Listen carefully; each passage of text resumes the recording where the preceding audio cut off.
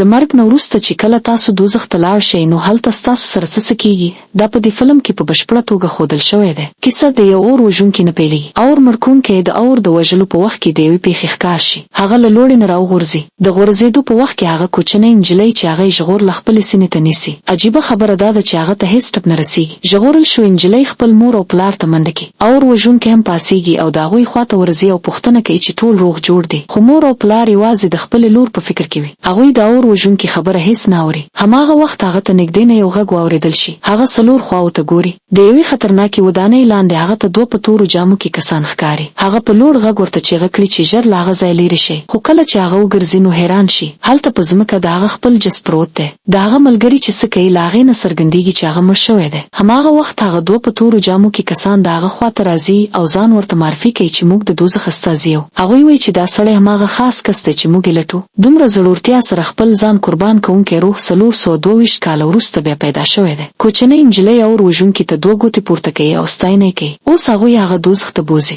اور وژونکی دا منو ته تیار نه دی. هغه وایي چې اوس یې خپلې مور سره په سمه توګه خدای په امان هم نه ده کړې. خو په بله شیبه کې د هغه پښې په هوا کې پورته شي. د هغه شاته د رڼا یو لوی انځور ښکاري او هغه دوزخ ته کش کړل شي. په دوزخ کې 4 خواو ته نوي مړې شوي روحونه ګرځي. دلته هغه ته د او ګناهونو نه تېرېدل دي. که هغه په ټولو کې بې ګناه ثابت شي نو بیا هغه ته نوی زیږون ترلاسه کېدی شي. خو اور وژونکي ته نوی زیږون نه پکار دی. هغه یوازې کور ته تل غواړي او خپلې مور سره لیدل غواړي. 3 د دوزخ استازي یو ځای شي. 3 استازي یو هوښیار او جدي ښکارېدونکی سړی دی چې د پاتې دواړو مشر دی. 3 واړه اور وژونکی د دوزخ دروازې ته بوځي. دروازه خلاصېږي. تر ټولو پورته یوه لویه چوکۍ ښکاري. کوچنۍ نجلۍ په خوشحالۍ چیغه کوي. دا رښتیا ډېر عادل روح دی. خو لومړی پوړیزه پخپله د وژنې دوزخ دی. په دوزخ کې سزاګانې له کوچني ګناه نه پیلېږي او لوی ته رسېږي. مطلب دا چې وژنه د اور وژونکي تر ټولو کوچنی ګناه ګڼل کېږي. یو اور وژونکی چې هره ورځ د خلکو ژوند ژغوري په هغه د وژنې تور ولګول شي. اور وژونکی وایي چې هغه هیڅکله چا نه دی وژلی. خو استازي ورته تشریح کوي چې که ستا د خبرو کړنو یا د ټولنیزو رسنیو د تاوتریخوالي له وجې د چا مرګ وشي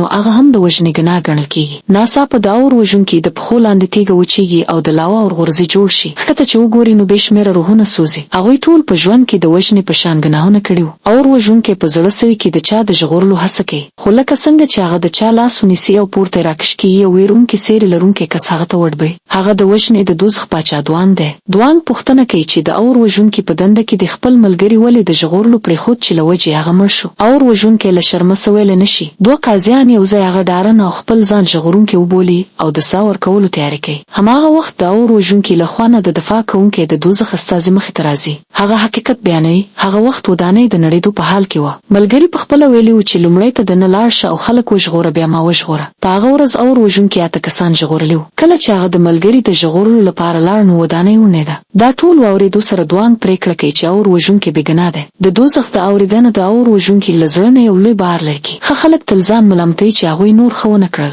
له دې وروسته هغوی په کښتۍ کې له سیند نه تېر شي او بل منزل ته لاړ شي. دا د ستۍ د دوزخ دی. دلته د وخت او ژوند ضایع کوونکو پلټنه کېږي. د دې دوزخ پاچا د اور وژونکي باندې د مقدمې چلولو نه انکار کوي ځکه هغه تل خواري کوله. د یوې پیشو د ژغورلو لپاره هم خپل ځان په خطر کې اچاوه. پاچا ډېر متاثره شي او وایي چې هغه به په خپل دوزخ کې د اور وژونکي د برونزو مجسمه جوړه کړي. د پاچا په امر د اور وژونکي کښتۍ مخې ته ټېله کړل شي. هغه چې وګرځي او ګوري نو یو ویرونکی منظر ویني. په یوه ډېر لوی سرخ باندې زرګونه خلک بند دي. هغه په دوامداره توګه منډه وهي. که سرخ هغوی لاندې کړي نو وسپل شي. سست خلک دلته تل منډه وهي. دا د هغوی د ژوند ضایع کولو سزا ده. اور وژونکي وډار شي. 2 د دوزخ استازي ټوپ کوي او کښتۍ ونیسي. هغوی له پاچا نه د اور وژونکي د ټول ژوند د لیدو غوښتنه کوي. په حقیقت کې هغه ډېرې دندې کولې. د اور وژلو نه وروسته د شپې په باربیکیو هټۍ کې کار کاوه. د رخصتۍ په ورځ په حمام کې فرش پاکاوه. نیمه شپه کې هم آرام نه کاوه. دا ټولې د خپلې ناروغې مور او په ښوونځي کې د لوستونکي کوچني ورور لپاره کول. هره ګټه یې هغوی ته لیږله. تر مرګه پورې هیڅکله آرام ونه کړ.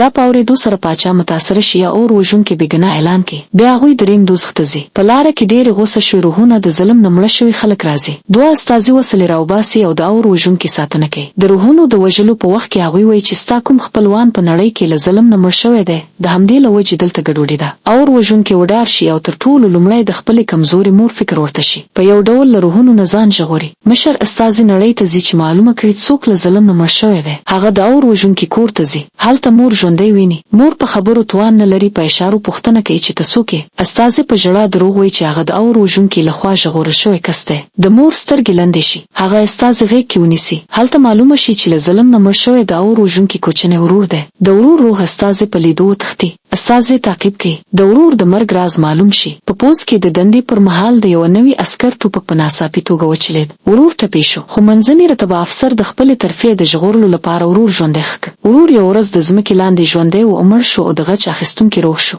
افسر دروغ ویل چې ورور وتښتید نوی عسکر په ویر او ګناه کې ژوند کاوه استازي دا ټول ولیدل اخر نوی عسکر د مور خواته ځي چې حقیقت وایي او ځان ځړوي د ورور روح په پای کې له نوي عسکر نه د ژغورلو غوښتنه کوي او وایي چې اوس هغه بخلی دی د ورور غوسه سړه شي هاخوا اور وژونکي دروغ ظلم او خیانت والا دوزخونه تیر کړل خو د تاوتریخوالي په دوزخ کې ستونزه راغله د ښوونځي په وخت کې هغه کوچنی ورور ډیر وهلی و ورور ډیر کمزوری او خوارځواکی و د وهلو نه وروسته هغه کور پرېښود او لاړ له همدې وجې ورور هیڅکله بخښنه ونه کړه د دې دوزخ پاچا هغه مجرم وګڼي د سزا ورکولو په حال کې وي چې پاتې دوه استازي مرسته غواړي مشر استازي د ورور د جسد په قضیه کې بوخت دی هغه وایي چې د وروستي دوزخ سره یو ځای اورېدنه وکړي خو که ناکام شوی نو د دواړو دوزخونو سزا به درکړل شي او تل به په دوزخ کې پاتې شي مور ته معلومه شي چې زوی تښتېدلی نه و هغه د پوز قرارګاه ته ځي افسر مور ټیله کوي او راوغورځوي ورور دا په لیدو بیا د غوسې روح شي هغه ډیر لوی شي او په افسر حمله وکړي هاخوا په دوزخ کې هم طوفان راځي اور وژونکی په شګه کې بند شي او خیدو ته نږدې شي